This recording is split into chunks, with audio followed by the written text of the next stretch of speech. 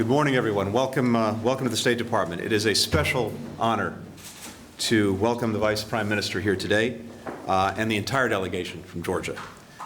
We're grateful for this opportunity to celebrate the strong and vibrant partnership between the United States and Georgia as we host what is now the 5th Strategic Partnership Commission plenary session.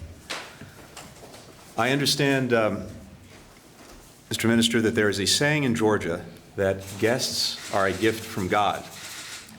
Well, today your presence is a gift to us. Thank you for the long-standing friendship as we work for peace and prosperity for both our nations and indeed for the world beyond.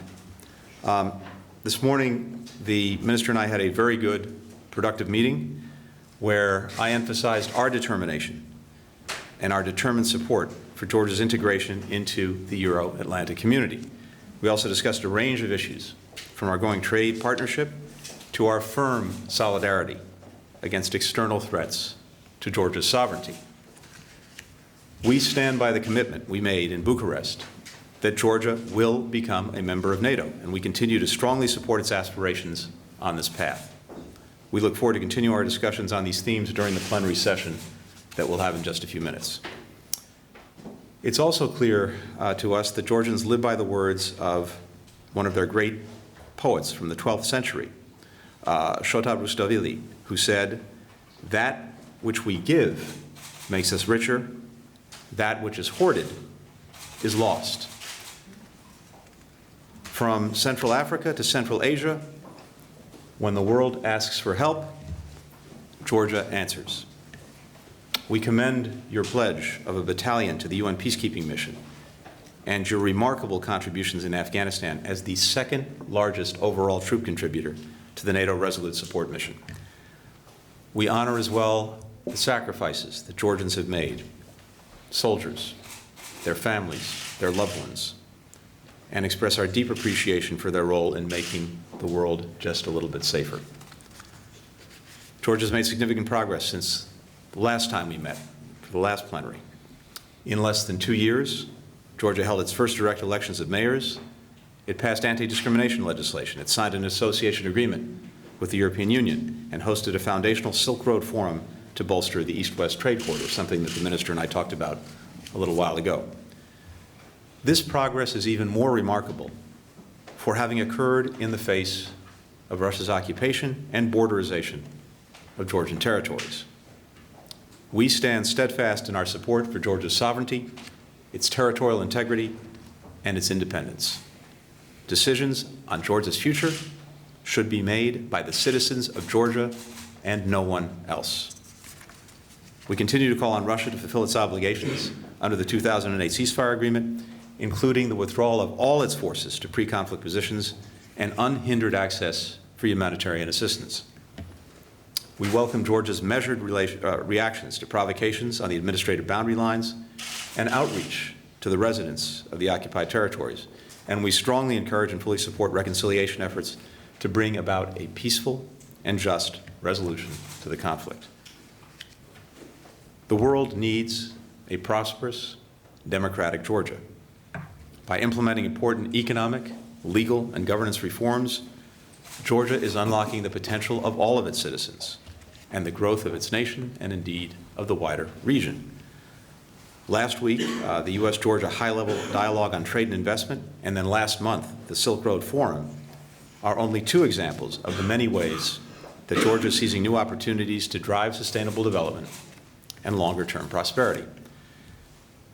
Moreover, Georgia's strategic location as a bridge between Europe and Asia makes its EU association agreement with its deep, comprehensive free trade area all the more important. We commend you, Mr. Minister, on your progress and urge the pace of reforms to continue. Ultimately, the best guarantor of peace, prosperity, and stability is an open, inclusive society where political pluralism thrives and the rule of law is respected. As Georgia moves toward parliamentary elections in 2016, fostering a vigorous competition of ideas is vital to Georgia's future and its desired path of integration with the Euro-Atlantic community. To achieve this, Georgia must support and strengthen two essential elements of democracy. First, a strong and independent judiciary. We commend your recent reform efforts, including to Georgia's domestic security apparatus and prisons, and urge you to deepen and broaden justice sector reforms in both legislation and in practice. It's also imperative that people have faith in Georgia's system of justice and know that it upholds their rights, not only in rhetoric, but in reality. Second, an opposition. The governing coalition knows this more than anyone. We remain concerned, however, about preserving the space for an issue-based political dialogue. Georgia must continue to establish and maintain an environment in which members of political and minority groups can freely express their views. And the minister and I discussed some of the progress in that regard just a short while ago. In short, we look to you to protect the freedom and diversity of your political parties and media as one of the most important pillars of Georgia's democracy. Mr. Vice Prime Minister, it's, as I said at the outset, a great privilege to have you here today. The United States is invested. The United States is committed to Georgia's future. We look forward to working with you as we meet challenges and seize opportunities in this new century together. We're proud of our partnership, and we look forward to making it even deeper and stronger. Thank you very much. Thank you very much, Mr. Deputy Secretary of State. Thank you very much for hosting us. Ladies and gentlemen, dear friends, it is a great honor and privilege to address such a distinguished audience today within the frames of 5th U.S.-Georgia Strategic Charter Omnibus Plenary Session. I am proud to state that our strategic partnership remains very strong and both sides fully realize the meaning of this cooperation as well as the importance of further reinforcing these solid partnership ties. Let me start with conveying our heartfelt gratitude for the U.S. staunch support of my country's sovereignty, territorial integrity, security, as well as European integration and Euro-Atlantic integration aspirations. Allow me to underscore that U.S. support provides a powerful encouragement to our determination to proceed with the noble task of strengthening democracy and the rule of law in Georgia, in spite of the fact that more than 20% of Georgia remains under the Russian occupation. We witness on a daily basis the creeping annexation manifested in continuous militarization, borderization, and signing of the so-called treaties and occupation regimes, all gravely threatening the security and stability in the region. Hereby, let me appreciate the U.S. government's strong support for our conflict resolution efforts and non-recognition policy. Georgia is always firm in safeguarding global security, and we continue standing shoulder to shoulder with the United States where our presence is required, such as in Afghanistan. We made that strategic decision as a U.S. ally, and despite suffering substantial casualties there, we proudly stand by that choice. Our government is strongly committed to taking U.S.-Georgia strategic partnership to a qualitatively new level. The virtually all-encompassing nature of the 4 working groups to the Charter, security and defense, democracy and governance, economy, energy and trade, and people-to-people and cultural exchanges, duly reflects the scope of our bilateral relations. The field of security and defense, Georgia and the United States enjoy a strong collaboration. The United States support enables us to significantly progress in defense transformation process, yet both the mounting regional challenges and the global turbulence puts us all under the great pressure when it comes to the security of our nations. Due to this strategic urgency, it will be critical to improve the security of Georgia through political, defense, and economic means in order to increase its defense capabilities, resilience, and deterrence. We express our special gratitude to the U.S. for its invaluable support with the implementation of the substantial NATO-Georgia package. we are showing continuous progress towards NATO membership by effectively using all existing integration mechanisms, including ANP and SNGP. We hope that the NATO summit in Warsaw will duly credit Georgia for the successful defense and security reforms and will advance our country onto a next step towards the membership of the Alliance. The traditionally strong leadership of the United States will surely be indispensable in this regard. On our part, I am proudly to reiterate that Georgia will continue to be strongly dedicated to the NATO Resolute Support Mission. Herewith, I would also like to thank the United States for the outstanding support providing to our wounded warriors, our brave men and women in uniform. With the US support, we have progressed in the direction of strengthening democracy and rule of law through implementing extensive reforms to ensure more freedom, more transparent and accountable governance, and to guarantee the vibrancy of our democratic institutions. While much has been done, we are well aware that democratic consolidation is an unending, constant endeavor which requires regular monitoring to identify and mend deficiencies.